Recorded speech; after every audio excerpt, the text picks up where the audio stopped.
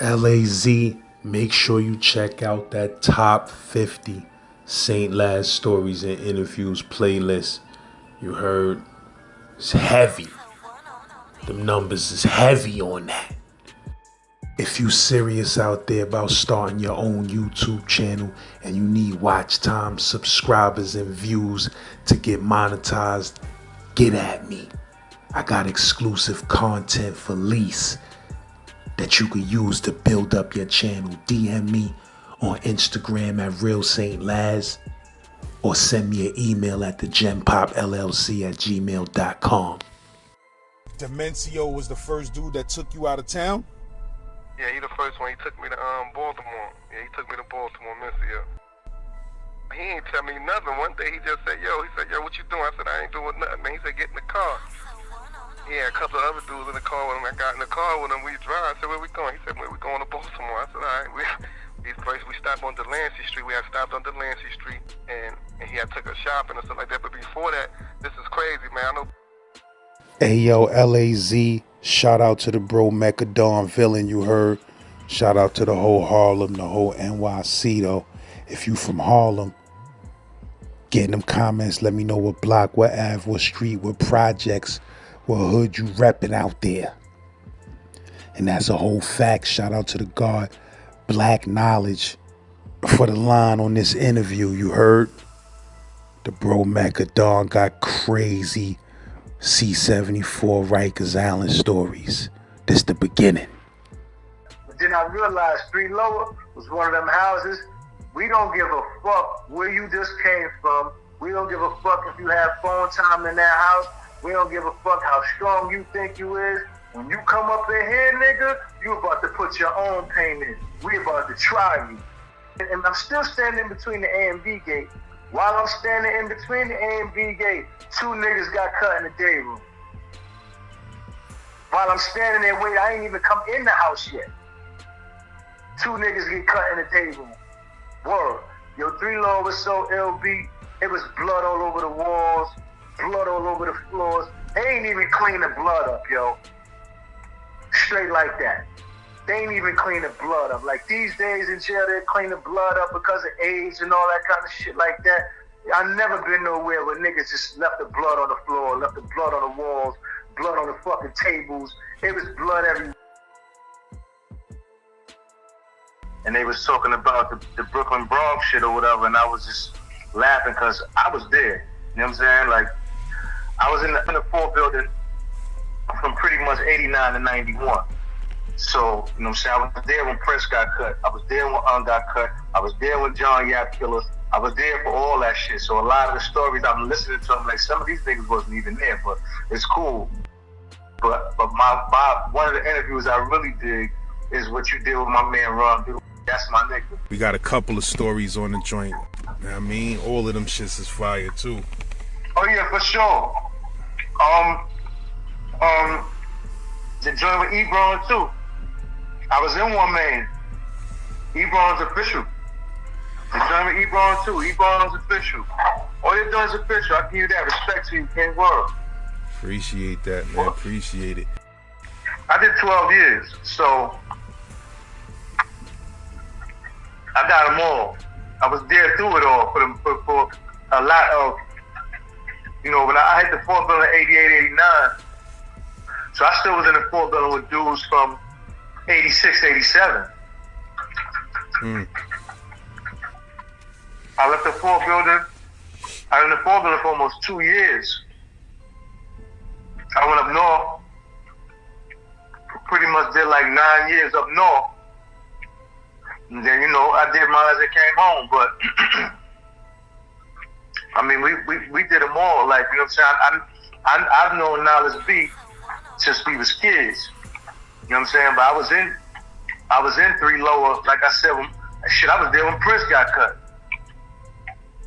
I was there when Prince got cut, all the 3 Lower, everything. So let's start from the first day you got to the island for your first time. Wow. My first day on the island. Okay. My very first day on the island, I got into a fight probably about 10 minutes into being on the island. It was this Panamanian kid with a missing tooth. They called the nigga Panama. The nigga stepped to me and said, "Shorty, what size you sneaker?" Nigga with no teeth in his mouth and all that. So when he looked at him, I was like, "Your size, nigga." And your man went to the gate, looked around to see if there was any police looking, and then the nigga pulled out a shaving razor, like not an ox, not a gem star, but he pulled out a literal big shaving razor that was melted onto a toothbrush. And so me just coming to jail, I didn't perceive that as a threat. And I was like, what the fuck you gonna do with that? And he swung that shit, and I went up in his mouth. The police came in there and bust me down. Like if I was the aggressor or whatever have you, but homeboy was like supposed to be a big monster or whatever have you. But I went up in his face. After I went up in his face, they separated us. Police bust me down, like, yeah, nigga, you starting shit. But I literally was just on the island for about 7 minutes before this shit happened. Like, it wasn't even like I was there. I have no experience, ain't know nothing about nothing. The only thing I knew was you not taking my sneakers, basically. And like I had my homies that went to Rikers Island or whatever. I mean, one of my mans went to the island, niggas took his leather jacket. And that shit was like a big thing in my hood. When he came home and he ain't had that leather jacket on, the niggas was like, oh, niggas got you? And so I knew from that moment, like when my man came home without his stuff, don't let nobody take your shit, yo, because niggas is definitely going to talk about it. From there, I went to Mars 7. I pretty much was good, to be honest with you, in Mars 7, because there was a lot of dudes from my hood in there. Papa Stopper, God bless his dead. Big Papa Stopper from 14th Street, and my man Brandon. One or two other dudes that was in like the New Jack house or whatever with me. So I really didn't have no problems when I was in the New Jack house, because there was a lot of dudes from my hood in there. So, you know, in my mind, honestly, I'm thinking, oh, this the island? This ain't shit. Boy, was I under the wrong misconception, because I was locked up for a body. And so what I didn't know was when you got a violent crime, they pretty much gonna send you out the modules into a cell block. When I left that cell block, when I left the Mars 7, they sent me to 4 Main, House of Pain. I get to 4 Main, and I'm surrounded by Brooklyn niggas. And that shit was kind of foreign to me, because like my grandma lived in BK on Tompkins at Hart, so I was very familiar with BK, but I wasn't familiar with how BK get down in jail. And so when I get to 4 Main, another nigga tries me, dude named Lord Duquan. I was in 4 Main probably like a day, and the next day nigga stepped to me. You're shorty, you should let me hold them sneakers. I was like, what? And this is where I made my first mistake. I was like, my sneakers? Fuck out of my face, nigga, you ain't getting shit. And I walked away from the nigga. Cause I stood there for a second, like, you ain't getting shit. Fuck out my face, nigga. And he ain't swinging none of that, so I went to walk away. Nigga stole on me from behind. That was my first mistake. And when he stole on me, nigga said, nigga, don't ever give me your back. And so that was my very first lesson on Rikers Island, because the reality is, the nigga could have splashed me. If he had a razor, most dudes on the island back then, if you gave them your back, they would have cut you from behind, because it's a perfect opportunity to cut a nigga. Especially having had given him my back. I turned around, man, Duquan get it on. I touched him up a little something. Now, come to find out, he supposed to have been like the resident knockout artist or whatever have you. So by me touching him was like a little big deal to the dudes in the house, Cause they like, oh, shorty touched you. And what you mean, cut? You mean cut him or touch the meaning? I ain't cut him. I touched him with the hands. I put the knuckles in his mouth a couple of times. And because, like I said, he was like a dude that had some knuckle game experience. He was supposed to be the dude that was knocking niggas out and all that. I was only 16. Nobody really expected. I was a real little dude, too, to be honest with you. I wasn't a big dude in physical stature at all.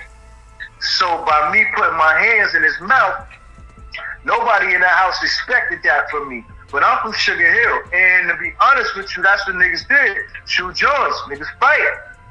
Back then, where I come from, you couldn't even get a gun if you couldn't fight.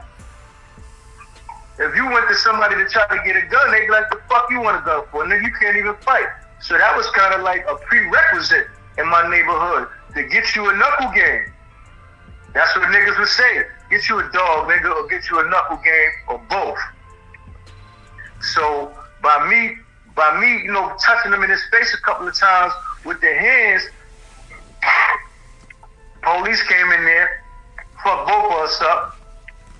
The next day when I came out my cell, I was playing Crazy Ace with this kid, White Mike, from Flatbush, God bless his soul, for the 90s. Mike was a real money-getting dude, too. But I'll give you some more of him later, but he's a real money-getting dude.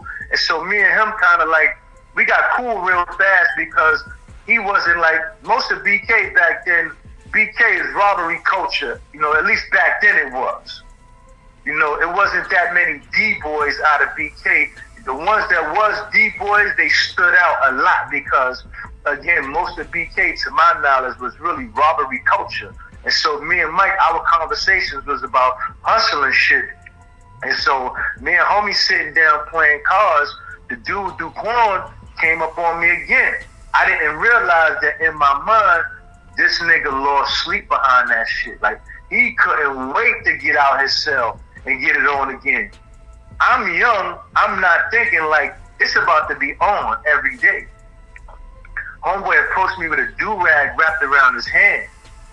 And he like motioned to me like, come in the back. And so in the cell blocks, it's like a little section that's a blind spot where the police can't see you from the bubble. If you go in that little corner and get it on, the police can't really see what's going on. And so when he motioned me into the corner, I'm gonna be honest with you, I only been on the island for a few days. I'm leery because I'm watching all of these niggas around me, and he got a do-rag wrapped around his hand. So I'm like, yo, what's the do-rag for? You got your hand wrapped up. What's in your hand? He unwrapped his hand to show me that he ain't have nothing in his hand. I'm like, all right, this nigga trying to wrap his hands up on some boxing shit so he can hit me harder. We go in the back in his answer ball. We get it on again. I put hands on him. He put hands on me. To be perfectly honest with you, he's the first dude and the only dude in my life that ever really dropped me. He did some sneaky shit, like he had his hands up and he did some sneaky shit and started lifting his feet up. But it was a distraction, and I looked down at his feet and he caught me with a crazy right hook, bust my whole nose, shit sent me flying back to the wall. I'm sliding down the wall with my nose leaking, and before he could run up to me to finish me off, his footsteps like woke me up. And when that shit woke me up, I got up and went in on him, bro. Put hands on his forehead, crazy. Like, put hands on him, knotted his whole head up. The whole day room was really shocked because, again, I was a little dude. I wasn't really a big dude, but I definitely had a knuckle game. So now they break the niggas in the house. The police coming. Niggas break the shit up. But the police come in there. I'm be honest, the nigga bust my shit. I had blood all over my shirt and all that. Like, my nose is bleeding. I was trying to stop the bleeding so the police wouldn't like see the shit. But my nose is bleeding. The police break it up. They would rather they grab me and they seen him. And he had knots all on his head. His nose was bleeding too. So they could tell both of us really just finished fighting. They could tell some shit just happened. They ain't know who was the aggressor. So this police named Patterson from Fort Maine, a nigga Big Pat. The nigga Pat was like, yo, shorty, you alright, shorty? Like, you want me to pack you up? And I was like, what you mean, run? Like run? Like go somewhere else? Like, yeah, I'm gonna send you the 4 up. Like, nah, that's running. If I do that, these niggas gonna think I ran, number one. Number two, I got a body. I'm about to be here. My man Nut was in 6 Up. I had seen my man Nut. And he told me, like, yo, B, I'm thinking I'm young. I'm thinking my people had some paper at the time. And I'm thinking I'm gonna get bailed out. And any day now. Like nah, I'm good, B. I'm about to get bailed up out of here. Niggas like, yo, shorty, you not going nowhere. Matter of fact, you're not gonna get a bail for about 2 years. So, long story short, I'm telling the police, I'm not going nowhere, man. Not if I got a choice. I'm gonna stay right here. Every day, if we gotta lock ass, then it is what it is. Next day, come out my cell again. We get it on again. But this time, I feel like I got the advantage because, it's like Muhammad Ali fought Joe Frazier multiple times. After a while, he had him figured out. So for me, it was almost like the same thing. After I'm figuring this dude out. The more I fight him, the more I'm figuring him out. Next day I come out, get it on with him again. This is day 4. Me and this dude done fought thus far 4 days in a row. Next day, come out my cell again. This time I dropped him. And to my surprise, the whole day room raised up on me. And on some funny shit, it was some slick Rick shit, like it was them over there. The whole day room raised up on me. Them niggas was about to stomp me out. And I'm like, oh shit. Like, I'm thinking that, niggas is respecting the one-on-one. But he had been in that house for a while. He was somebody to them niggas. And once it looked like I had gained the advantage, they was about to bust a move on me. And then that's when I met Khalif.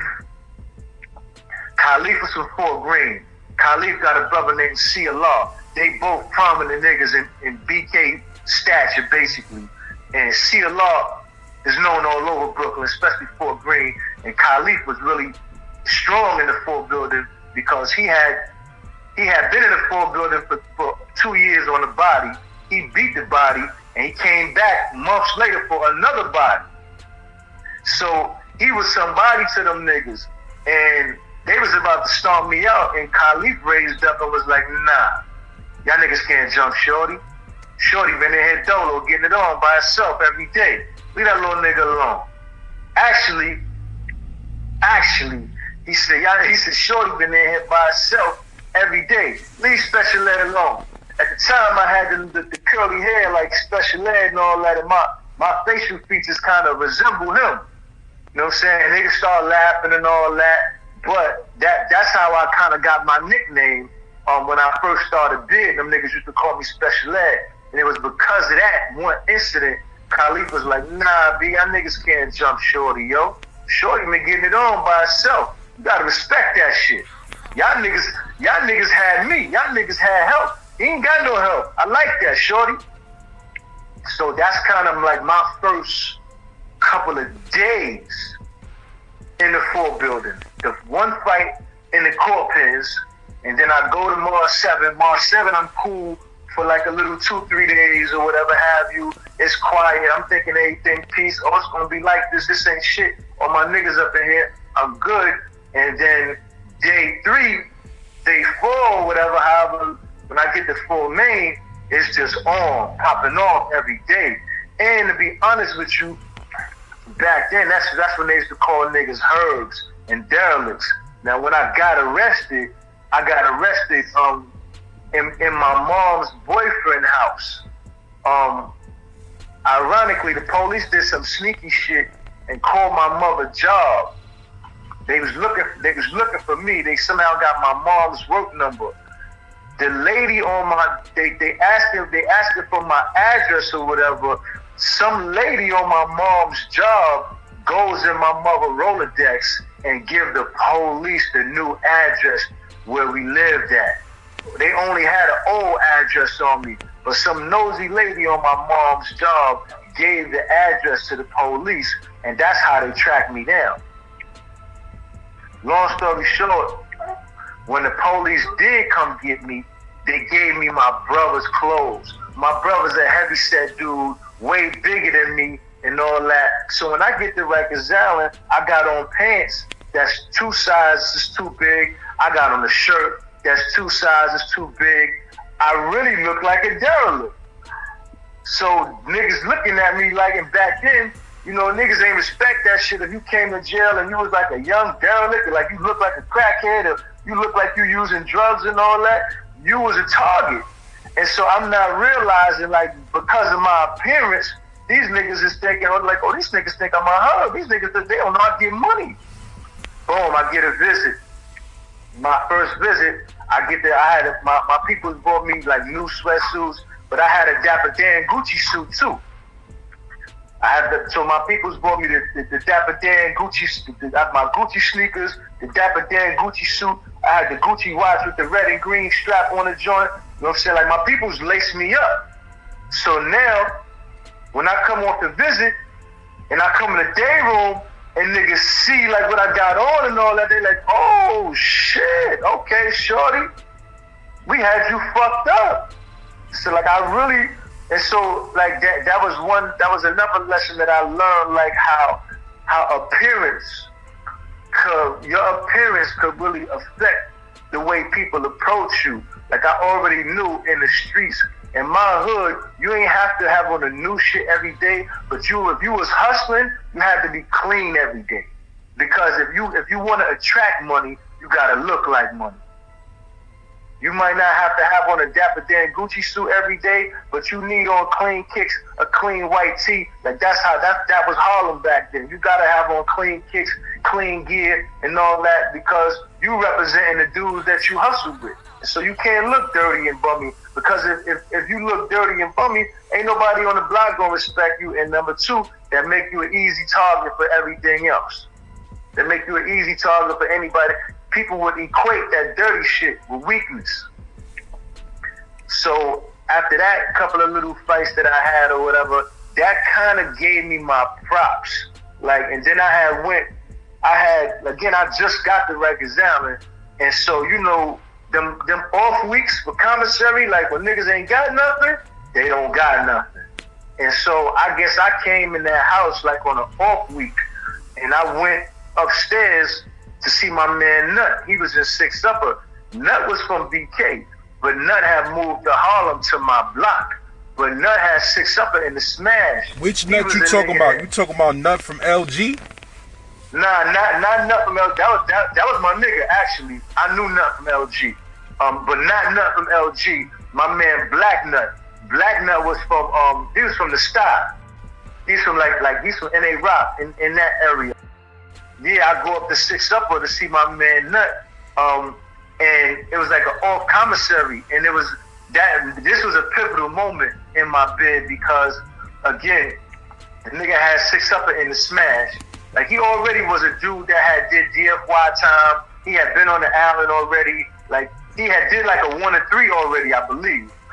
I believe he had did a 1 to 3 already. So, needless to say, he got more seasoning than me with the jail shit. He knows something, and he already controlling one situation. So when I come up there and he seen like I had a little blood ring around here, so I had some white tissue in my nose. He seen I had like a little, he could tell I've been scrapping. He like, yo, you alright, B? And I'm like, yeah, I'm good. Like, these niggas is fronting on me, but I ain't going for it though. You know what I'm saying? Like, in what house you in? And so I told him what house I was in, and one of his mans was in there, like a nigga that he was in the 6th building with. This nigga named Big Shy. And back then, niggas would be 23 playing adolescent. And so I was in that house with a couple of dudes, a nigga Midget Tracy, Big Shy.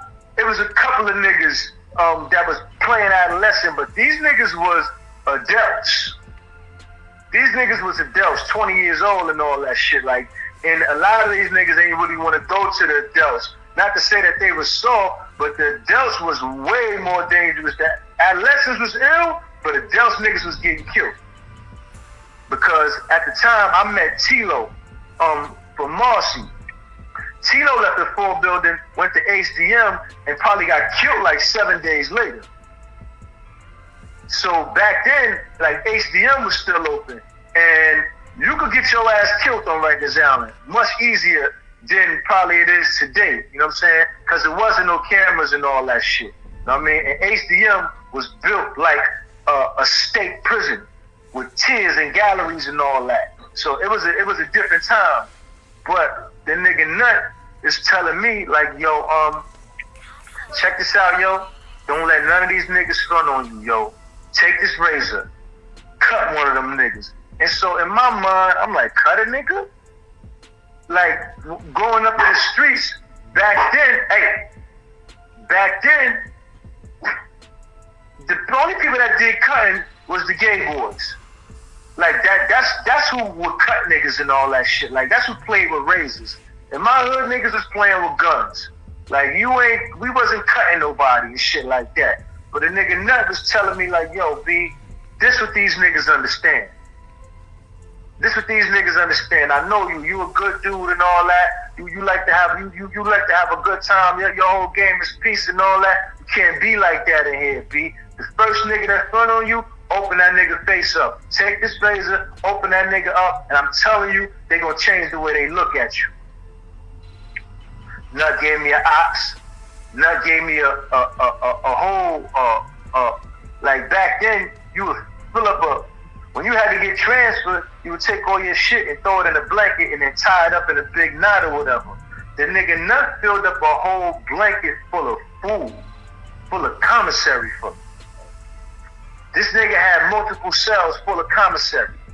And the police let me in the house. That's how I knew this nigga was somebody. Like, you know what I mean? At least on some jail shit, the police let me come inside and go to the nigga's cell and all that. And this nigga just started loading up a blanket full of food. When I get back to Fort Maine and I drag all this food back to Fort Maine, these niggas is starving. They don't got no cigarettes. They don't got no food. They don't got none of that shit. And so the nigga, as soon as I get back, Khalif like, yo, shorty, where you get all that shit from, shorty? Who the fuck you know? That's when I started telling him, like, nah, my man Nut, look, Nut 6 upper. So they, niggas know Nut, basically, you know what I'm saying? And so that right there, like, said something to me, and it also kind of made certain niggas fall back, because they like, oh, this nigga Nut, man, alright, that means if something happened to him, it's gonna be repercussions, basically, you know what I'm saying? And so for a lot of niggas, they ain't really want to deal with the repercussions of dealing with homeboy, you know what I mean? My man was official, and so that made a difference a little bit. Made a difference a little bit, you know what I'm saying, in the house I was in, because as soon as I started putting all that shit in my cell, niggas tried to run up in my cell and I had to splash a nigga right then and there. Like, they tried me immediately. Well, when you bought the blanket full of commissary in your cell? Word. As soon as I came in there with all that commissary shit, somebody, because it was a lot, them niggas was like surrounding me almost. They took a razor and split the blanket. The nigga took a razor and cut the blanket, and the food started spilling out the blanket. Cakes and pound cakes and all that shit. Tang, butters, I had a whole bunch of shit. And everybody that started reaching for my shit, I started cutting them niggas. I started touching niggas. Every nigga that was reaching for my little bit of shit, I'm kicking my shit, like trying to kick my shit in the cell, and I'm cutting niggas. So I cut like 2-3 niggas right then and there. And that's when, from that moment on, I never really had no more funny style issues and all that shit. They like, oh shit, shorty got an ox. That's what they used to call them shits back in the days, the ox. Like, if shorty got an ox, where the fuck you get an ox from, shorty? And the nigga, that's when nigga Khalif was like, the nigga Nut, that's his man. Nigga just said Nut is his man. He just told y'all niggas he got the food from Nut. Nut gave the nigga an ox probably. That was the last time I ever had any issues in that house. Like I never worried about no more niggas trying to front on me in that house per se. I had other incidents happen with me. I'm not gonna front like everything was a smooth ride and I had my props and niggas ain't tried it. Niggas tried it, but it wasn't the same like it was when I first came through the door, to be honest with you. And then from that point, they sent me down to the murder mall. I went down to Mall 9 because back then I was only 16. If you only 16, you gotta go to school. Now, the school building in C-74 is nothing like school when you in New York City. The school building is ill because you gotta go to school with multiple different houses.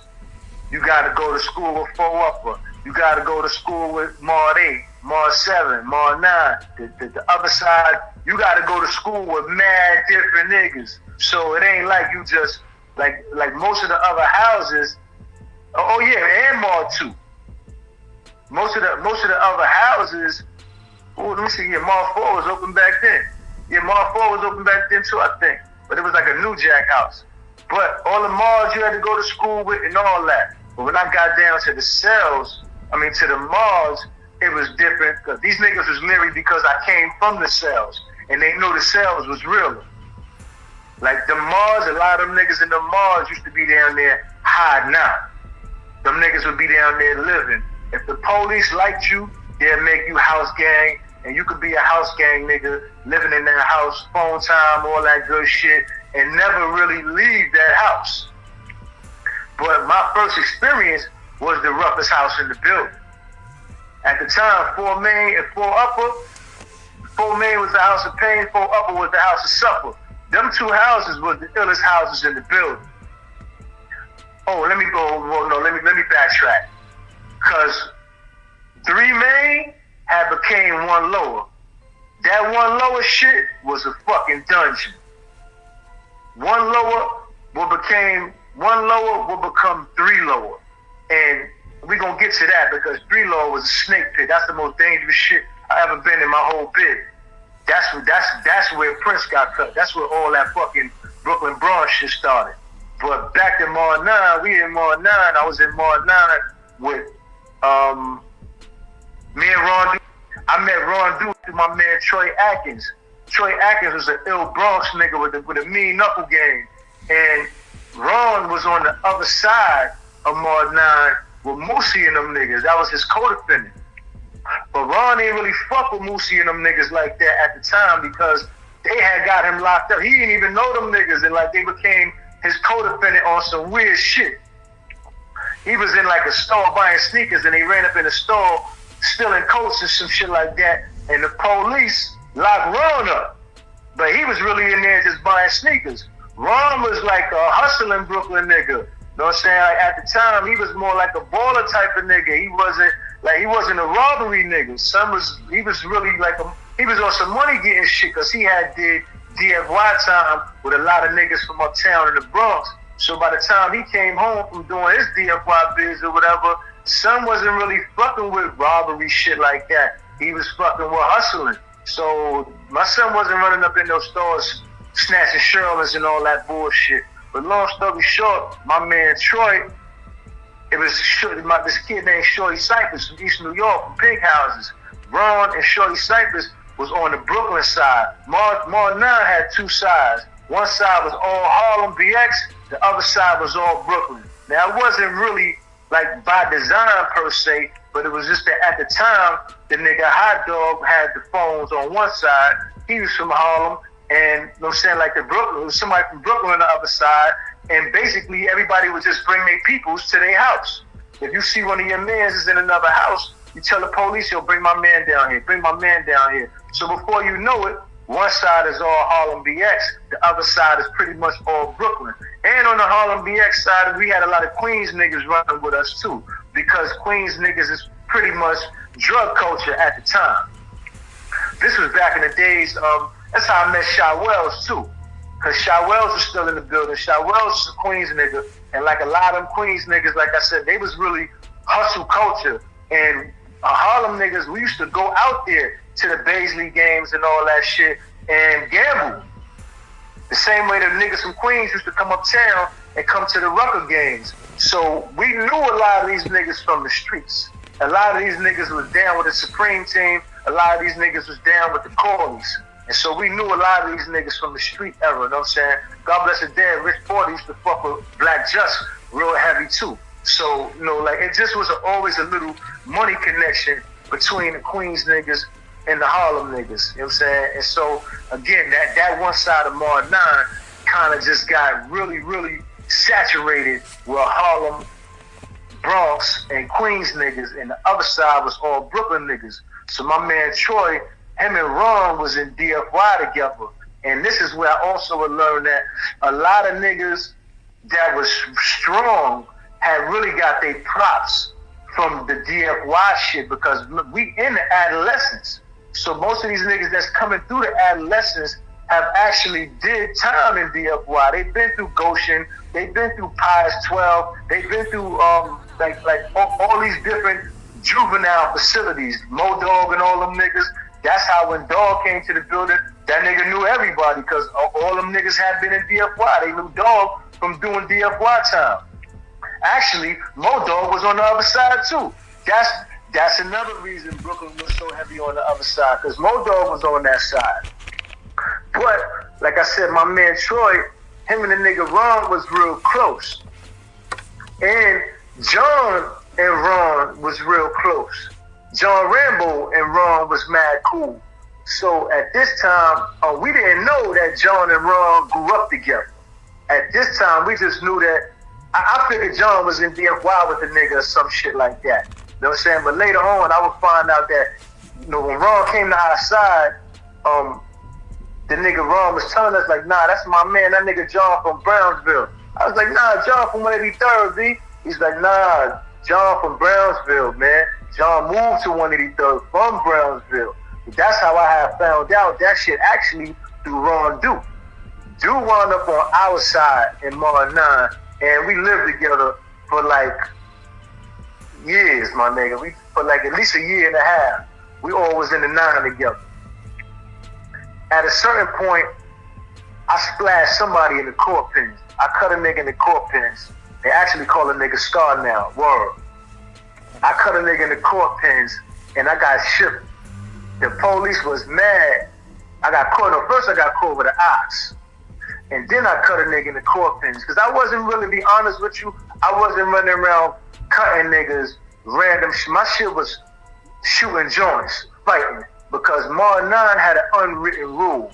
You didn't get cut on the south side of Mar 9. If you wanted the phone, you gotta fight for it. You want phone time, you gotta fight for it.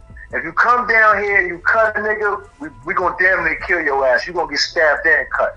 But if you want phone time, you could get a fair one with anybody in this house. No ifs, ands, or buts.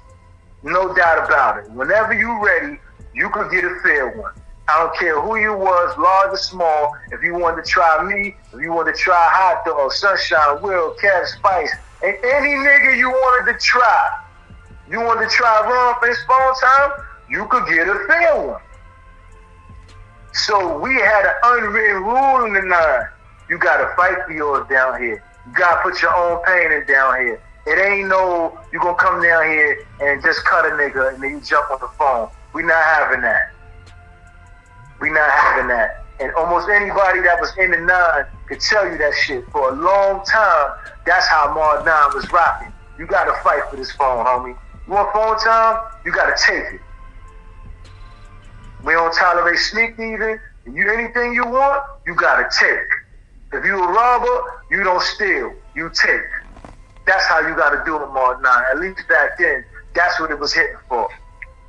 So we all was in the 9 together, you know what I'm saying? I remember the day that them niggas jumped Ron Duke.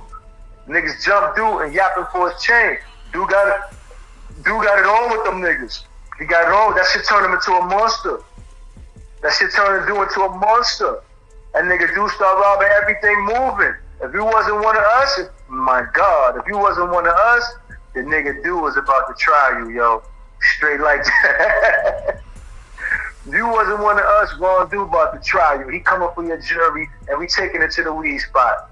Just like that. That's all we did was catch niggas for their jewels and take it to their delts and go smoke their jewelry. Straight like that. If your shit was flying up, a nigga might rock it. But for the most part, niggas is taking your smoke to the weed spot. Because a lot of niggas' jury wasn't even that serious to be trying to keep that shit. But then when I realized that like the dealt niggas that was robbing niggas or the dealt niggas that was buying the jury, they would get that shit to their girls and send that shit to the scales. But we was young, we didn't really know no better like that, you know what I'm saying? And like after a while, what happened was, this was around the time OG Mac came into the building. Omar, this is before they was calling him OG Mac. And I remember the nigga John Rambo, John introduced me to Mac. And he's like, yo, this is my man O, you know what I'm saying? Like, he from the block and all that, you know what I'm saying? And to be honest with you, 183rd, there was a lot of live niggas that came off of the third. Like, and so when John entered, I actually knew Shatik before I knew John. That's John co-defendant. John and Shy. Shy was in 4 Main with me. Shatik was a skinny nigga with a mean knuckle game. One of them, you know them skinny niggas that be having a retarded strength? Shatik was one of them niggas. A skinny nigga with the crazy dead arm. The Shatik came in the 4 Main and dropped a few niggas on some skinny nigga shit. They ain't know he was John co-defendant. And Shy wasn't even telling niggas that shit. Shy was just whooping niggas out. And then when me and Shy got cool, he like, yo, you probably know my man John. I'm like, what John? Like, John Rambo. I'm like, yeah, John upstairs. That's my nigga. And but long story short, I met Shy first, then I met John Rambo, and then John introduced me to Omar, OG Mac. I get kicked out of Mod 9. I forgot where Ron went. Ron might have even stayed in the 9 for a minute. But I get kicked out of Mod 9 and they sent me to 3 lower. When I get to 3 lower, that shit was really the original 3 Main. 3 Main was the illest house in the 4 building. On some for real shit. It was mad, it was, for whatever reason, they took every nigga that was cutting and stabbing and put all them niggas in one house for the most part. Besides 4 Main, 3 Main was the illest shit in the 4 building, yo. 3 Main, 4 Upper, and 4 Main, they was all cell houses. And the reality is, there's only 1 phone in the cell houses. There's 2 phones in the mods. So yeah, the mods get real, shit get real funky and all that, but it ain't like being in the cell blocks, because the cell blocks, it's like 63 niggas in 1 month. In the mods, it might be, you know, it might be 100 niggas or whatever, but it's 2 phones. It might be 60-something niggas, but it's 2 phones. And so when it's 2 phones, it ain't that much tension over the phone. It ain't that much tension for the phone time. Phone time usually start at 6 o'clock.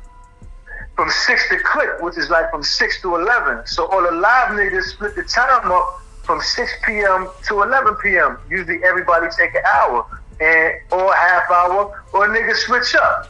Like, you know, if my girl, if your girl might get off of work or might go to work early, you might want to talk to her early. Yeah, you take 6 to 7, and then you give me your 10 to 11, and we just switch it up or whatever have you. In Mod 9, we ain't really flip on each other over phone time like that, because there was so many Harlem BX niggas. It really wasn't never no. First of all, everybody was getting visits. And one thing I learned about jail, the niggas that be starving to get on the phone is niggas that don't go on the visit. But in Mod 9, pretty much everybody was getting visits. We always getting we always getting ours.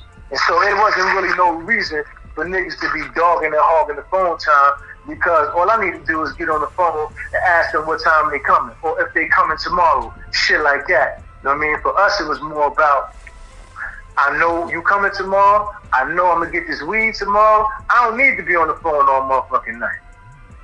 But a lot of them niggas that don't get visits, them niggas is the niggas that be thirsty to get on the phone and talk to a bitch that's not coming to see them. Basically. That shit is just facts. But long story short, I get down to 3 Lower. 3 Lower, again, was the illest shit I had been down there. It was Modog, Dubo, N.A., me, Brave Days, OG Mac. It was just mad niggas down there. Big Science came down there. Frazier came down there. Like, all the niggas that was really doing the damn thing, everybody wound up in 3 Lower at some point. For whatever reason, because what they did is, if you was on your way to the Bing, they send you to 3 Lower. If you was on your, they was gonna send you to 1 Main, they gonna send you to 3 Lower first. And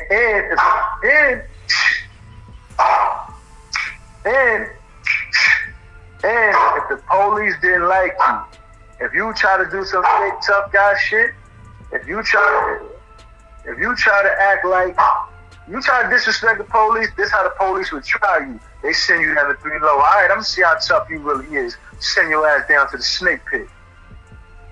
Cause they knew all the real shooters was down there in 3 Lower. That shit was ridiculous. And it really all started with getting cut. The nigga Stan cut really getting cut was some other shit because Prince and Dre was co-defendants. At the time,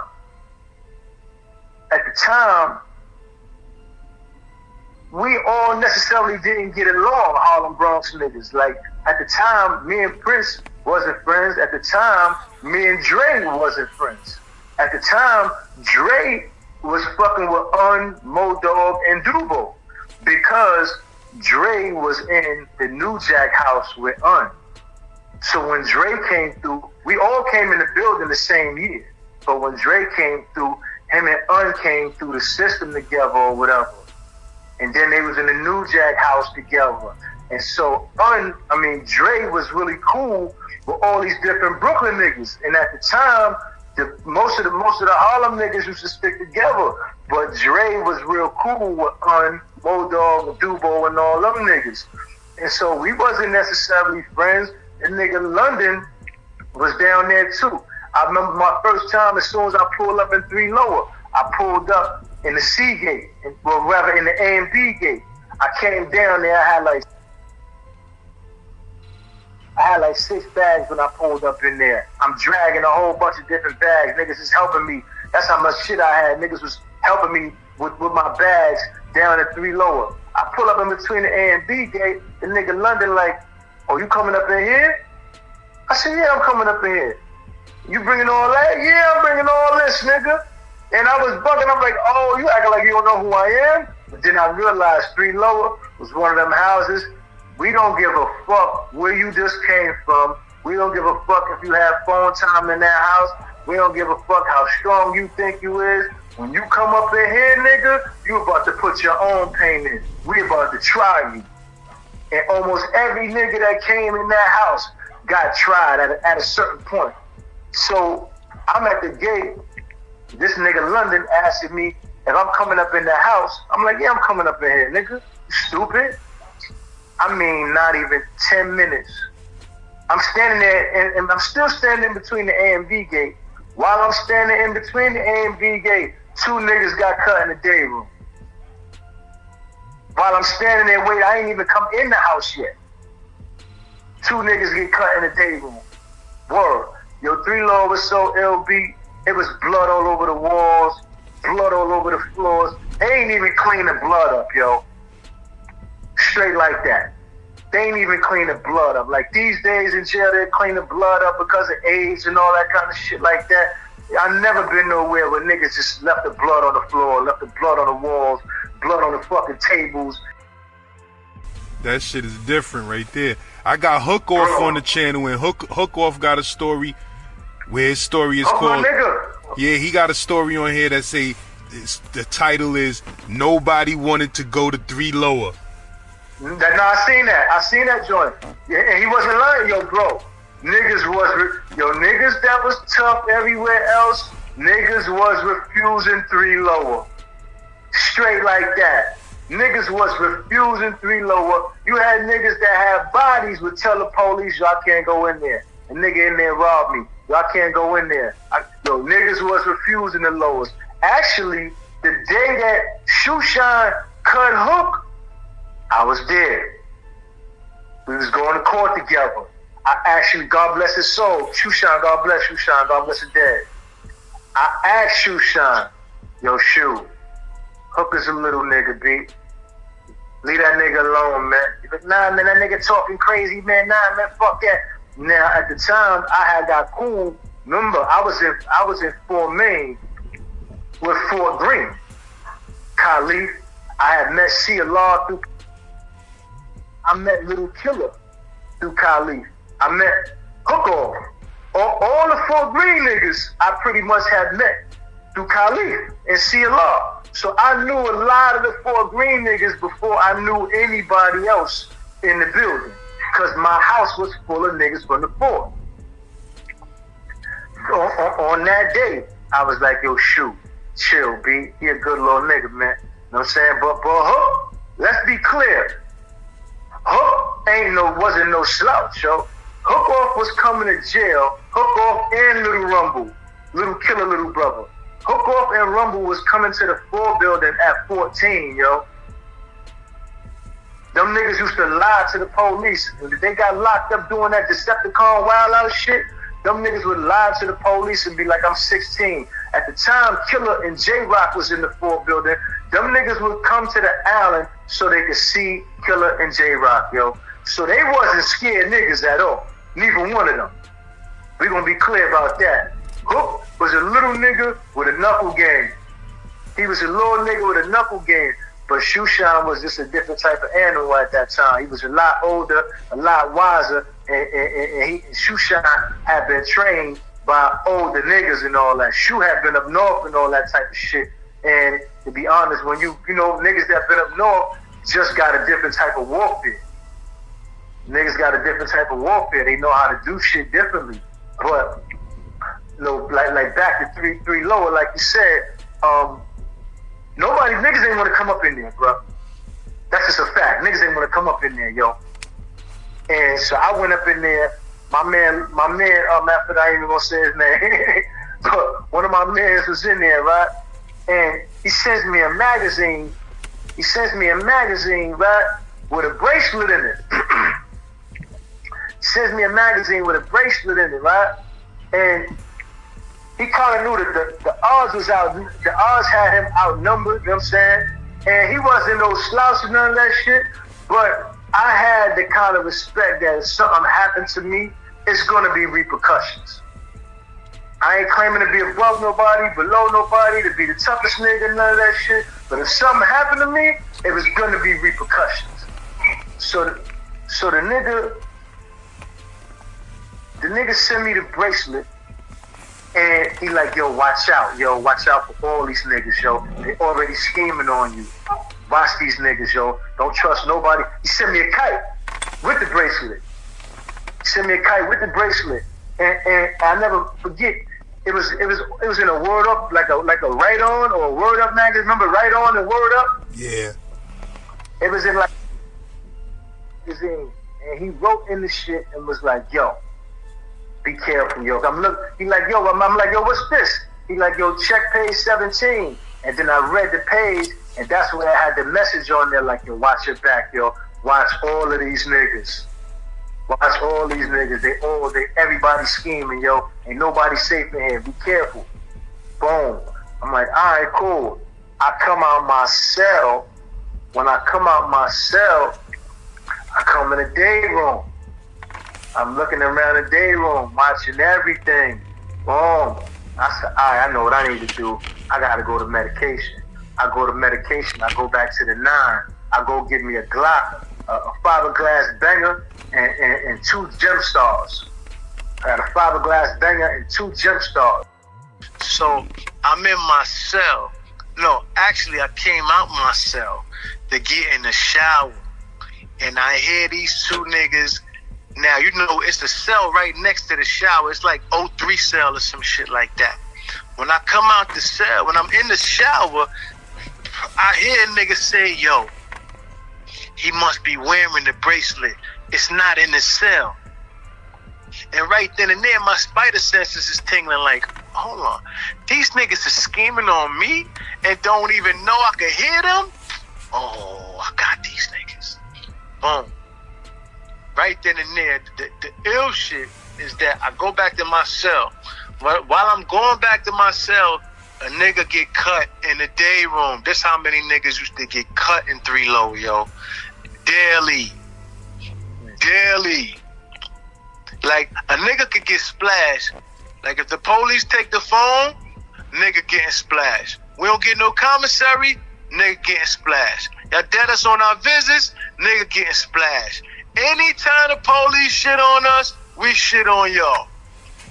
Yo, 3 Lower had the most UIs, which is unusual incidents. That's what they call it when a nigga get cut or stabbed. That's how the police write it up, as a UI, an unusual incident. So many niggas got cut and stabbed, it was ridiculous. And so a nigga got splashed while I was on my way to the shower. I'll never forget, I had my Timbs. I was in the shower with the shower shoes on, but I had my Timbs at the edge of the shower, because you know you need to be able to access your joints. As soon as I heard these niggas scheming, I threw my Timbs on and I grabbed my little ox out of the boots and all that shit. Go to my cell. Police close my cell. I'm like, yo, what you doing? Don't close my cell. I'm about to come back out. Like, yo, lock in. Everybody locking in. They making everybody lock in. Right then and there, I lock in. The 2 niggas that was scheming on me, one of them got packed up and they sent them to HDM, this was before me and Dre was cool, which was my nigga Dre. These niggas is in the cell scheming right next to me. Right after that, they packed his man up and sent the nigga across the motherfucking if I'm on the north side or whatever, they sent the nigga to the south side. Now, the next day, OG Mac came down. Then the next day after that, Brave Dave came down. And then the day after that, my co-defendant Bob came down. And so now, if it was just me by myself and mad Brooklyn niggas, now it's like the whole dynamic of the house done changed. Everything done switched up. We in the hallway talking to the nigga Stan. Stan is the nigga that wound up cutting Un. We in the hallway talking to the nigga Stan about some shit. Next thing you know, I think them niggas had like a disagreement when they was in the Bing. They both had just came out of one main Bing. Them niggas had some type of disagreement in the Bing. You know what I'm saying? Put some shit in the game. Put some shit in the game, yo. Omar, is a master manipulator, yo.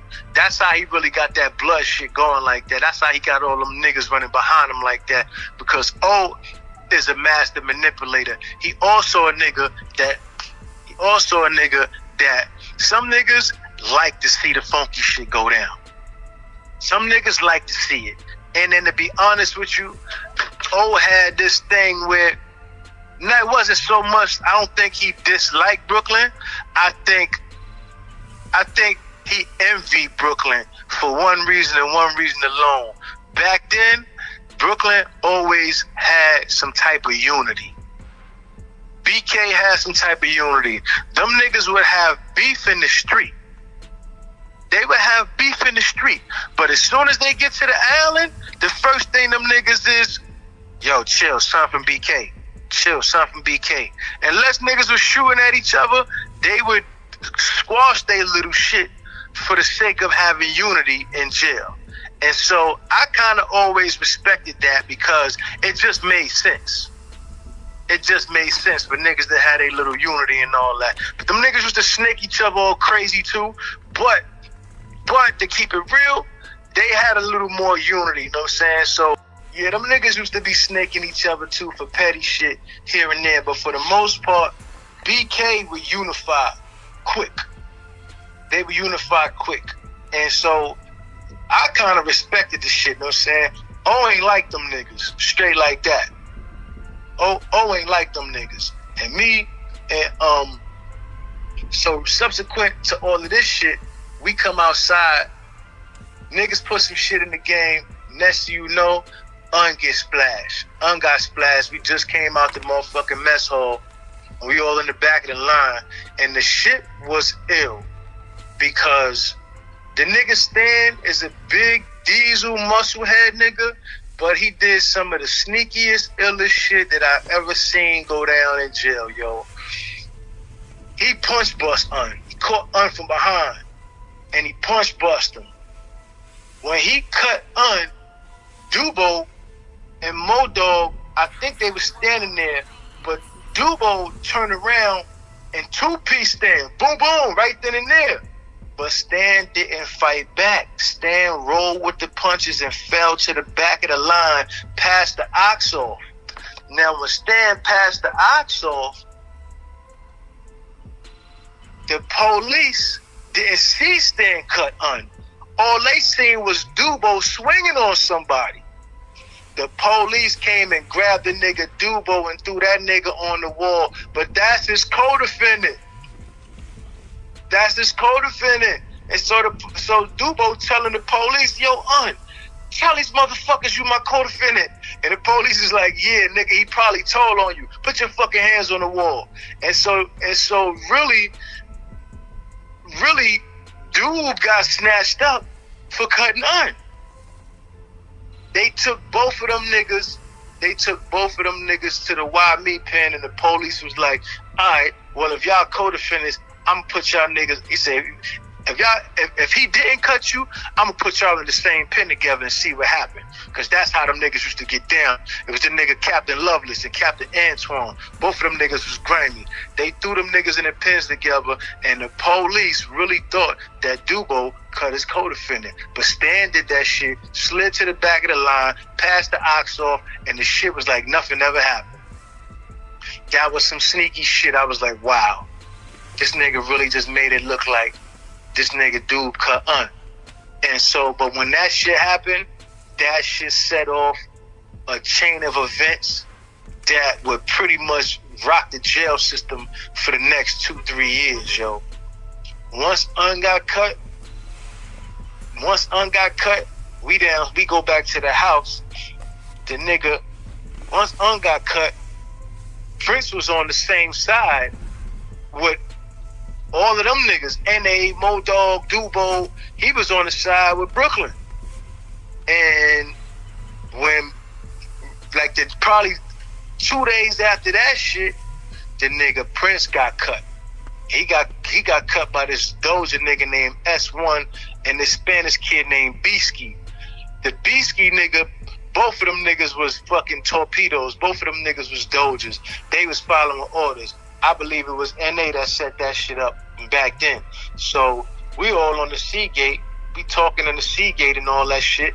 Nigga, N.A. like, yeah, I see what's going on. A Brooklyn nigga get cut. Then the Bronx nigga get cut. Then the Brooklyn nigga get cut. I see what's going on. I see how it's happening. But the reality is, Dog wasn't really on that shit. Most niggas, we wasn't really on that shit. I wasn't on that shit because Ron Dude was like a brother to me. And so that shit really didn't fly with me, cutting a nigga because of where they address is. Like, that shit wasn't never my MO. It just wasn't my wave at all. Like, I knew better. I just knew better. That shit was stupid. But be that as it may, since the chain of events has started, since this chain of events has set off, it's really no way to turn back now. It ain't no turning back now, because now the nigga Prince done got cut. After Prince get cut, Dre was still in HDM Bang. So me and Omar, me and OG Mac, we see the nigga. This is before they was calling him OG Mac, to be clear. This was before UBN. This was before East Coast Blood. This was before any of that blood shit ever transpired. So before any of this occurred. It was just they used to call him Big Head O. And so it was me, O, and B.O., my co-defendant Bob. And so we was running 3 deep at the time, and we see the nigga John on a visit. And John like, yo, I know y'all niggas ain't gonna let that shit rock, yo. Like, well, let what rock? That nigga Prince always beefing with niggas and all that. Ain't no telling why they nigga John like, nah, B, that shit can't happen like that, yo. Because if they can cut him, then they cut any one of us. And they could just, that shit just can't happen like that, yo. It just can't, yo. And so we like, all right, cool. Don't worry about it. The nigga, we go back in the house, and the kid S1, who was the Doja nigga that cut Prince. So, and let's be clear, the nigga that cut Prince was from the Bronx. All right? The kid, B-Ski, the Puerto Rican kid, I believe he was from Bay Ridge. He was from either Bay Ridge or no, Bushwick. He was either from Bay Ridge or Bushwick. I know both of them parts of Brooklyn is like really heavily populated with Boricuas and all that. I think he was from Bay Ridge or Bushwick. But needless to say, the kid S1 was from the Bronx. Me, Brave Dave, and B.O., we tore that nigga S1 ass up. And he was up out of there. And then that's when the nigga N.A. was like, oh, I see what's going on. You know what I'm saying? And the Bronx nigga get cut, Brooklyn nigga get cut, Bronx nigga get cut. And I was like, yo, it ain't even got nothing to do with that. The kid S1 got cut? Yeah, S1 got tore up. S1 got cut from 2 different sides at the same time type of shit. Word. Niggas had him surrounded type of shit. Niggas rocked him to sleep. Brave Dave was on one side, I was on one side, B.O. was on the other side. And niggas just twerked on him at one time. Opened him up. S1 got twisted. They sent him right up out of there. And niggas caught him up north too, I believe. You know what I'm saying? But he got sent up out of there for pulling Doja moves. Just because you from the Bronx and you just splashed this nigga Prince listening to these niggas next door. So you out of here. When the nigga Prince had got cut, he came upstairs and was trying to get his, but the police seen the nigga bleeding. So the police kind of intervened right then and there. So when Prince got cut, it was like, up, here we go. It's definitely gonna be on now. And like I said, the nigga John was like, yo, man, don't let that bum ass nigga live up in there with y'all. Them niggas had something to do with Prince getting cut, man. Fuck that. And S1 was out of there. After S1 got up out of there, me and O both went to 1 Main. We both got shipped out of 3 Lower, and they sent us to 1 Main Bang. Once we went to 1 Main Bang, it's like the war it just was perpetuating more and more and more, because now Stan got beef with pretty much all of Brooklyn because he cut Un. And obviously Stan is fucking with us, you know what I'm saying? And where Stan was from? Stan from the BX, Stan from Edenwall. He from Edenwall. Stan was from the BX, big diesel nigga, young diesel nigga. Word. Big young diesel nigga, like diesel, like Mike Tyson diesel. 17 years old though, like, you know what I'm saying? Nigga was like 17, like Mike Tyson diesel nigga was huge. Word. Police ain't want no parts of that nigga Stan. That nigga was diesel. Word. There was only one nigga in the building that was Stan size, and that was this nigga named N.A. They used to call him Baby. Baby had came from Spofford with my co-defendant. My co-defendant came from Spofford. And Baby and N.A. both was like, Baby was just a big diesel young nigga, yo. Straight up. That nigga was 16, like, really like with 20-inch biceps, like really, really a big diesel young nigga, like the size of a grown man and all that shit. But he was the only nigga in the building that stand size besides the nigga Shabazz. Shabazz was, you know, back in 89, Shabazz was a nigga that had came down from Goshen. Shabazz had the 22-inch biceps. This nigga was huge. This nigga was huge, yo. The police ain't want no parts of this nigga.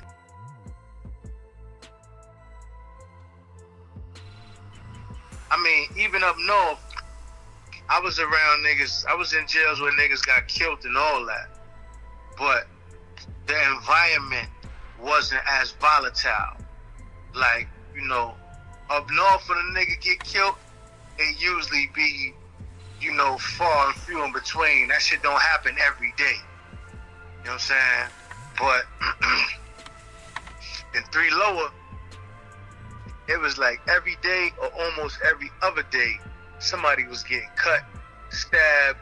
It just was, I never experienced like that much violence in one house. And I was on the island for a long time, yo. I was on the island for over a year and a half. And that one house, I think I seen more cuttings and stabbings in that one house than any other house that I ever was in. And to be honest, it was like the police, they didn't want no parts of that shit. The police didn't want no parts of that shit. So whenever a nigga got cut, all they did, nigga go to the bubble he leaking, they just press the button and call the riot squad. I mean, the squad used to be down there every day, yo, or every other day. And the captain used to be fucking furious. Every day or every other day. Them niggas used to be tight. And so they used to be taking our privileges. Like 3 Law was one of the only houses we couldn't go to the mess hall. We couldn't go to the mess hall. The only thing that we could do is go to law library because they can't take that from you. For the most part, they can't really take your legal rights away from you. But everything else, medication, all that other shit, man, the nurse used to come down to 3 Lower with the medication. Straight up. If you wanted to go to sick call or something like that, if you was in 3 Lower, for the most part, you had to get escorted, yo. Word. It was ill. They start bringing the food to us. And so like I said, I think the environment itself, it just created like the tone for madness, basically. Cause again, you know, we was down there, and it was one minute, you know, they had us all mixed up, and it was like the next minute the police kind of separated the floor cards, and it seemed like they put all of Brooklyn on one side and they put all of Harlem BX on the other side. And so it was like, and the police created the tone too. So when Prince got cut, that shit turned into one thing. You know what I'm saying? Then got cut. It looked like it was a retaliation for Prince getting cut. But it really, one thing really didn't have nothing to do with the other in all reality. In all reality, whatever beef had, what Understand had from the Bing, that was really what led to that shit. You know what I'm saying? In my recollection. But when Prince got cut, you know what I'm saying, it definitely appeared to be a retaliation for getting cut. So when that shit happened, the kid S1, like I said, he was on our side, and niggas sent him up out of there quick and nasty. When he got cut, I ain't gonna front, I remember it was one of the few times where I seen like blood squirt out of nigga head. Like that shit looked like a nigga had a water gun and they was squirting the blood everywhere. Cause he got hit near his temple. And the blood just was squirting and splattering every fucking where. And to be honest with you, after that shit just set off a chain of events that would have niggas cutting each other for years. That shit went on for a long time. Cause at a certain point, me and O got shipped to the Bing. My co-defendant Bob was down there.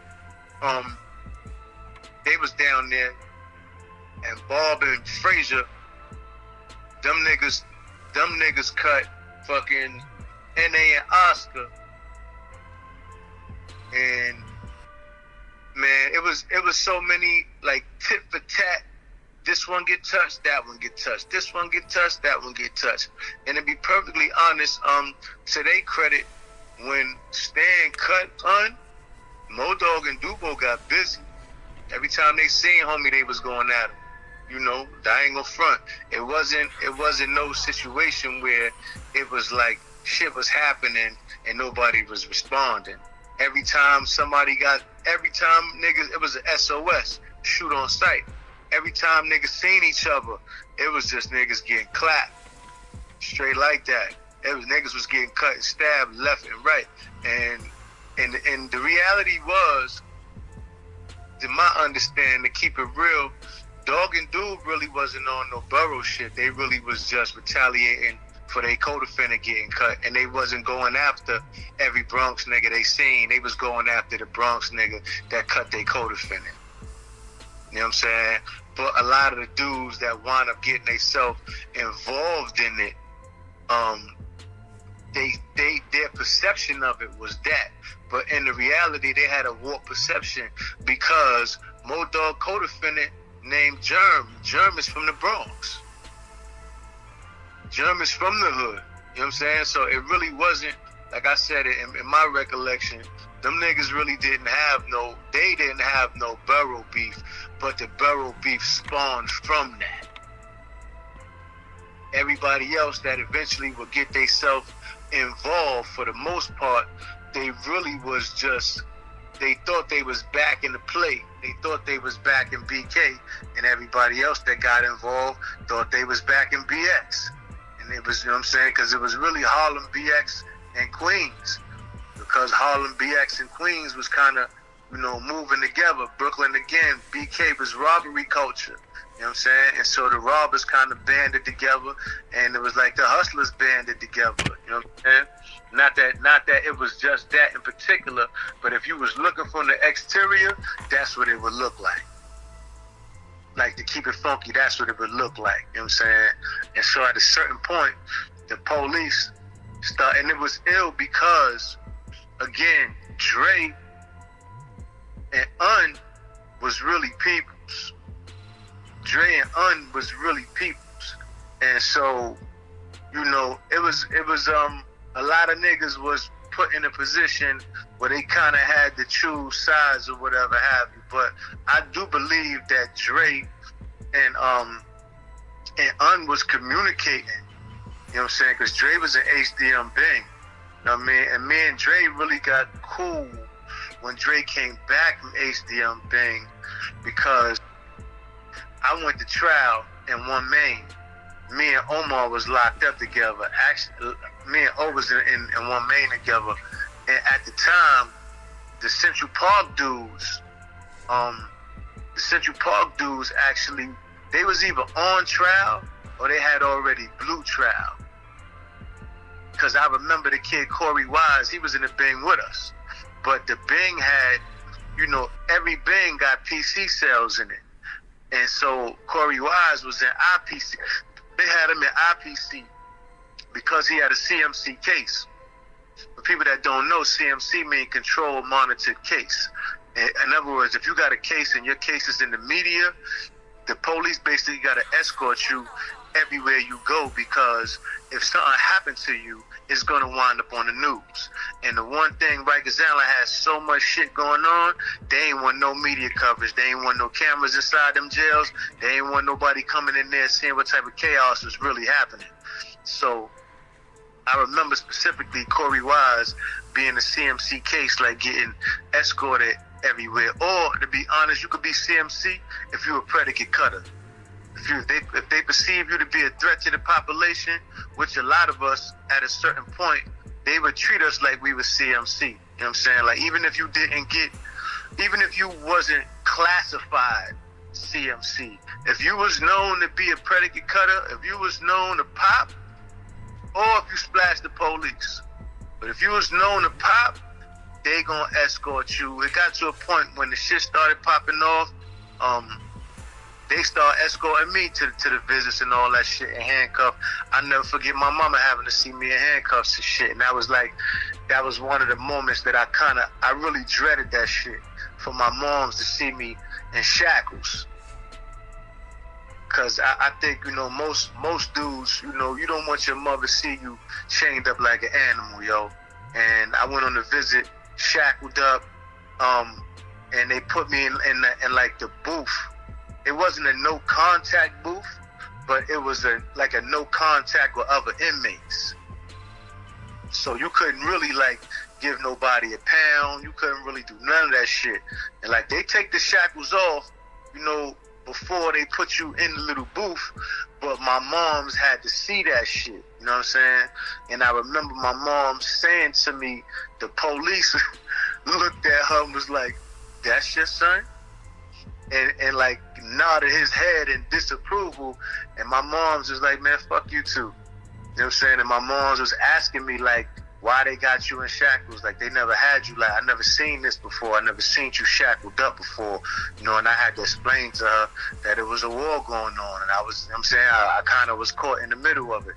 There was a lot of shit going on, and she just was like, "Yo, just be careful. Don't come home with one of them scars on your face," because that was one thing that was easily recognized. That $150. You could see a lot of dudes coming through that visit room with that telephone cord on their face. You know what I'm saying? And really, a lot of dudes, you look like a victim. You could have been a real live nigga. You know what I'm saying? But with that telephone cord on your face, you look like you got caught slipping. You look like you got caught slipping, or you look like you have been the victim of a violent crime, basically. You know what I'm saying? And that ain't no negative against none of the homies that got cut because it could happen to anybody. It could happen to anybody. I got scratched a little something, but I ain't get that $180. I ain't get that $180 on my face, that long ass scar that you could tell a nigga really got behind you and touched you. You know? And so with the war going on, that shit had everybody on point in a whole different type of way. And my co-defendant Bob, him and Ty, I blew trial first because they separated our case. So I went to trial for a body, 125.25, and I basically blew trial. I beat the murder. I was acquitted of murder, but I was convicted of manslaughter. So which, to my favor, it made a huge difference because I really was facing forever in 2 days. And so the judge, I eventually would be sentenced to 21 years. After I got sentenced, I ain't gonna front, God bless the dead, I was in the pens with my man Big Team. And I never forget my man Team was like, "Yo, what you wanna do, man? You wanna wreck on one of these niggas, man? You just blew trial, what you wanna do?" And I was like, "Yo, Team, I ain't gonna front on you, B. That shit ain't gonna make a difference right now, B. That shit ain't gonna help me one bit, my nigga. I just blew trial, yo. That shit's not gonna help me one bit. Them niggas gave me 21 years. Cutting a nigga in these pens, that shit ain't gonna change my sentence, yo. Word." I remember being very aware of what my circumstances was upon blowing trial, because it really was a life-changing experience. It really was a situation. It really was a pivotal moment in my life when I really had to decide, you know, what you gonna do with it. Because, mind you, again, I blew trial from the Bing. So it ain't even like I was in population. It ain't even like I was out and about and moving around. I was already locked down 23-1. Already was locked down 23 hours a day. And we ain't even really get that 1 hour a day in the yard and all that shit. Like, we would get the yard, them niggas would let us out here and there. Like, if the dep came through and we was beefing about that shit, like, yo, man, that niggas gotta take us outside. If the dep came through, then we beefed about it, then they would, like, let us go outside and give us that hour. But the reality is, the niggas that was in the Bing was monsters. Niggas was dangerous, and they ain't really want dudes outside in contact with each other, because they knew if we let all of these dudes outside at the same time, it's gonna be a riot damn near. Straight like that. Straight like that. It was so much going on, you know what I'm saying, in the Bing, and there was so much going on in population that they really was just trying to keep niggas separated. I remember the kid Corey Wise came out his cell. They used to use him to feed us, basically, because I think he was in like 03 cell, and that's like the first 2 cells next to the shower is PC cells. Whoever in them cells is either IPC or they in PC. IPC being involuntary protective custody and PC being protective custody. If you was in them first 2 cells, for the most part, you was in some form of protective custody. But don't get it twisted. Dudes that's IPC, them niggas be monsters, and they get separated from the population. You know what I'm saying? Or again, they got that CMC case. They got a highly publicized case that's in the media, and they can't really be amongst the population because if something happens to them, it's going to be on the news. Or if something happens to them, it leaves the facility at a greater risk at being sued by this person. And so that was their way of protecting themselves, either from inmates, because you had dudes like Uptown. Uptown was an IPC, but Up was getting busy. You know what I'm saying? Even Little Gambino splashed the police. There was a couple of dudes that had scratched the police. Lil Mumu, Fort Greene. Lil Mumu, I think Mumu had scratched the police too. Like, it was a lot of dudes that was like monsters, and they put them in IPC. Not because they were scared, but because they became quote unquote threat to the prison population. Once you scratch the police, or once you scratch enough dudes, that's it. They're gonna separate you. You know what I'm saying? They not until you become an adult, or until you leave that facility, then you in IPC. Yeah, I was in March 7 because I had a high profile case. Yeah, it was some of the most notorious niggas in New York City's cases that was in March 7. Like, I don't want to drop names and shit. We done spoke about it on the channel a few times. But it was niggas in March 7 that was maniacs and had cases that was ridiculous.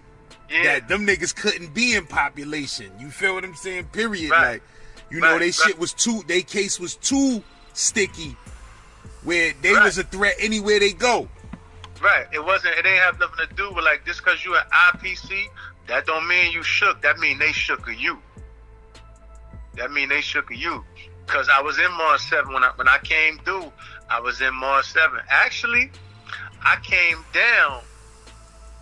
down in 91 and stayed from 91 to 92.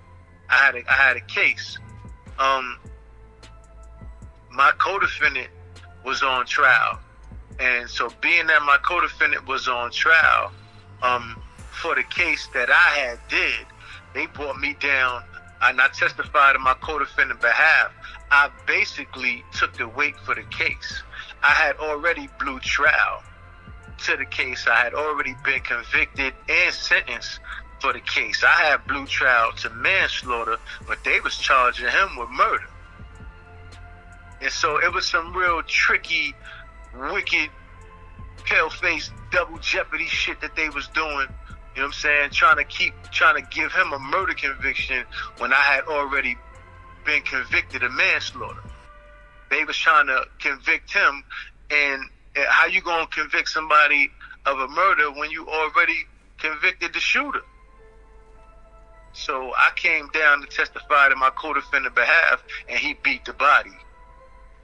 He beat that body based on my testimony. And my lawyer was tight. My lawyer was tight because I still had grounds. I still had appeal grounds. I still had grounds for appeal. I still had the opportunity to appeal the case. And you know, lawyers, for them, it's about their record. But for me, it was about loyalty, and it was about, you know what I'm saying, standing on what we stand on. Like, I'm not about to let a nigga get convicted for a crime that I committed, basically.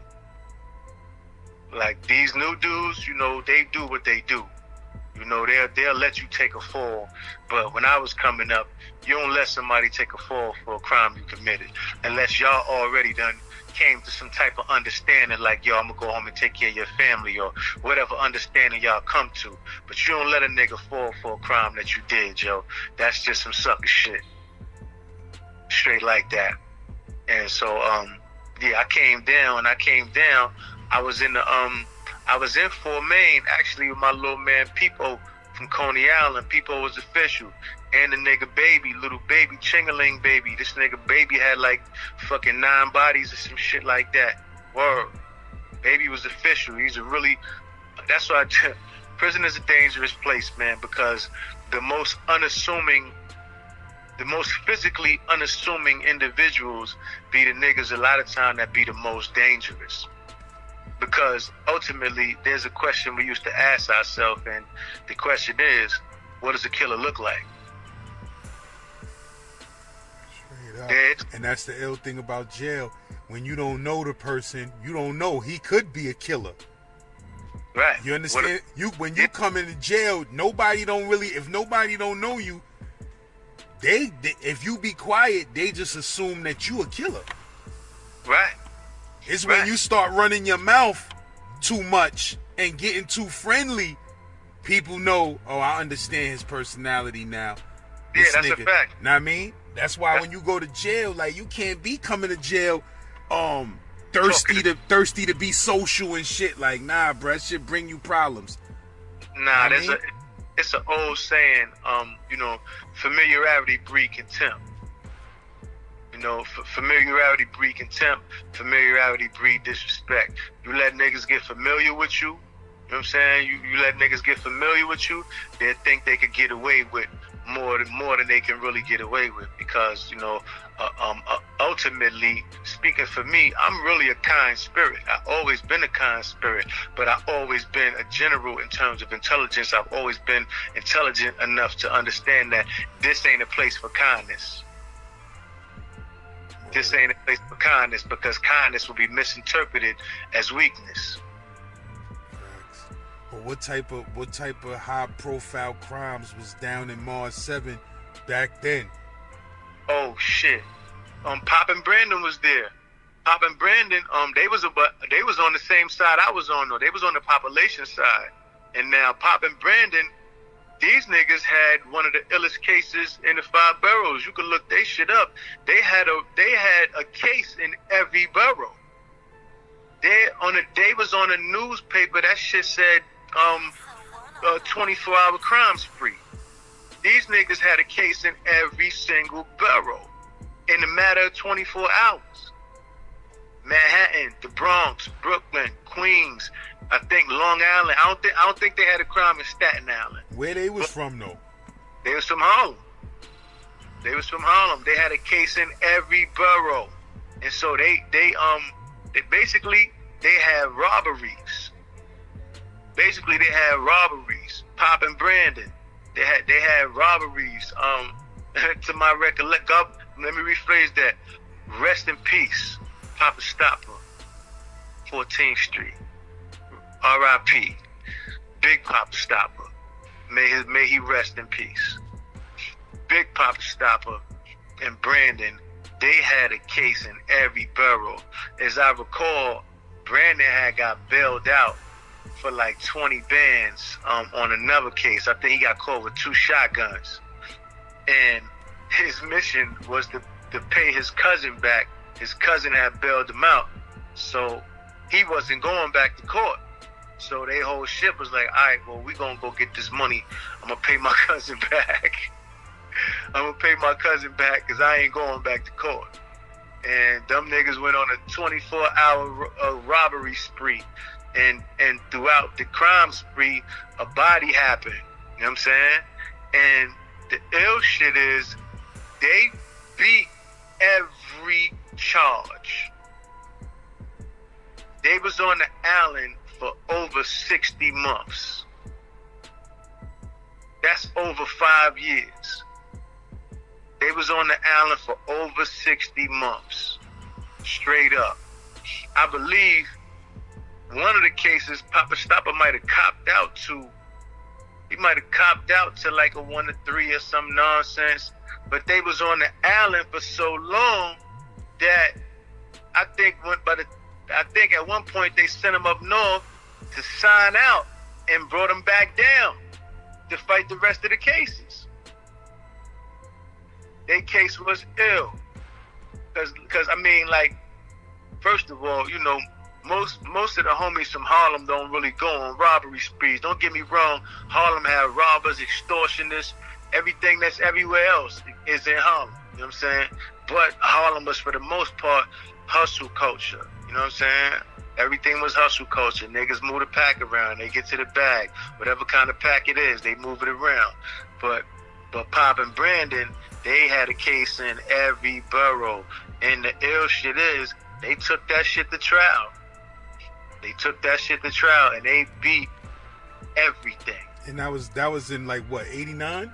Yeah. And that shit was all over the news, they case? That shit was on the front cover of the Daily News, B.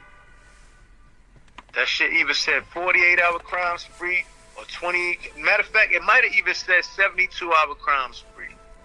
It might have been like in over 3 days back to back. Them niggas was just went on a mission. They went on a crazy mission. And so they was in Mars 7 with me. There was a couple of dudes in there.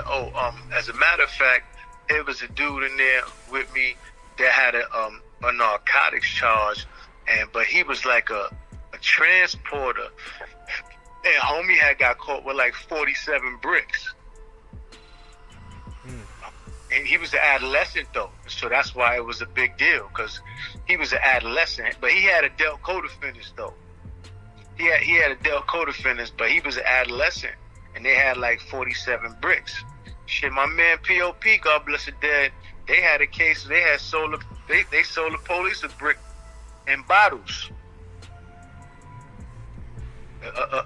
Allegedly, they had sold the police a brick in bottles, and he wound up, you know what I'm saying, getting some time for that or whatever have you. So back then there was a lot of dudes that had big cases, but like I said, I think at the time the most notable case at the time was that Central Park shit. You know what I'm saying? And to be honest with you, Corey Wise, like when they started trial, is when, you know, it's a terrible thing to be locked up for a rape charge, first of all. You know what I'm saying? But it's even worse to be locked up for a crime that you didn't commit. And Corey Wise, that nigga went through hell, yo. You know what I'm saying? He was in Mars 7 though? Nah, Wise was in One Main. I believe they actually put Wise in One Upper. I believe they had put Wise in One Upper. He as a matter of fact, I feel like I want to feel like he was on the other side of Mars 7, and then they sent him up to One Upper, because One Upper was Adam Massey, and Adam Massey, that's administrative segregation, and it was the same. It's basically CMC, a control monitor case. So I believe they sent him up to Adam Massey to One Upper, cause let me see, was Wise up north by then? Yeah, he was up north by then, cause I had splashed this kid in 4 Main, and after I splashed money, they sent me to One Upper with Uptown, and I remember the kid being from like the Sty or something, because I was on the gate talking to Mano. Shout out to the homie Mano, hustle hard. I was on the gate talking to Mano, and Mano was like, yo bro, man, that's my little nigga from the town, yo. I'm like, yo B, the nigga was talking about that phone, yo. You know, I'm saying, like, and back then, you come through the door talking about that phone, you know, then that means you ready for whatever come with it. And Shorty came through that door talking about, yo, I need that jack. I was like, oh word? What time you need? Stay right here. I'm going to go get the phone for you. Because back then, we used to keep the receiver. So I used to, like, this is 4 Main. When I came down, I'm walking around, I had the receiver in my pocket. But I had gave the receiver to my man light skinned Mike from BK. And Mike was about to come out his cell, and I was like, yo, give me the phone, B. Right? He was like, yo, what happened? I said, let me get the phone for a minute. But stay in your cell, though. He like, nah, I'm about to lock out, yo. Mike was in his cell smoking a joint. I'm like, nah, B, stay in your cell because I'm about to splash this nigga. And then after I touch this nigga, they gonna call the squad and then they gonna lock you out because you was in your cell. You know what I'm saying? Like, but if you was in the day room when a nigga get cut, everybody locking in. But whoever was in their cell, they'll let you out. So I'm like, just chill, because after I wet this nigga, they gonna let you out your cell. So I asked the dude, yo, you still want the phone? He was like, yeah. I was like, where you wanted that? I said, where you wanted that? He was like, huh? And I just started beating this nigga upside his head with the phone receiver. With one hand, I was hitting him in his head with the phone receiver, and I cut the nigga with the other hand. When the captain came, I forgot this nigga name. We used to call him Mickey Mouse. I forgot this nigga name. He was a nigga with a small head and big ears. We used to call him Mickey Mouse. And he was a diesel nigga too. But I ain't like him and he ain't like me, because I came down from up north. And so I used to be running around with the state greens on, and I knew that they couldn't really do but so much to me because I was a state inmate. When you a state inmate on Rikers Island, the police know if something happens to you, they got to answer to the state. So they really be apprehensive about putting their hands on you if you do something. And when I cut the kid, I cut myself on my finger. I usually didn't do that stupid shit, but I cut myself on my finger. And so when I had my hands on my head, I was pressing down. When they finally, the squad came, I was rubbing the blood in my head. Like everybody got their hands on their head, you know, with their facing the wall. So I know that my finger is cut and I know the shit is bleeding, but I'm pressing down on my finger so hard that it's making the bleeding stop. And so every time they come through checking niggas' hands, I show them my hands and they can't see no cut. So this shit went on for like 30, 40 minutes. They going back and forth, looking at niggas' hands and all that. And then finally, it's like, all right, everybody put your hands down. And I still was like holding on to my pants, trying to like make the blood go into my pants and shit so the police couldn't see the cutting. And finally, the captain came back over there like, yo, why you holding your pants, yo? And then your man seen the cut on my hand. That shit's still on my hand too. The man, he seen the cut on my hand, and they snatched me up and took me to One Upper. Took me to One Upper with Uptown.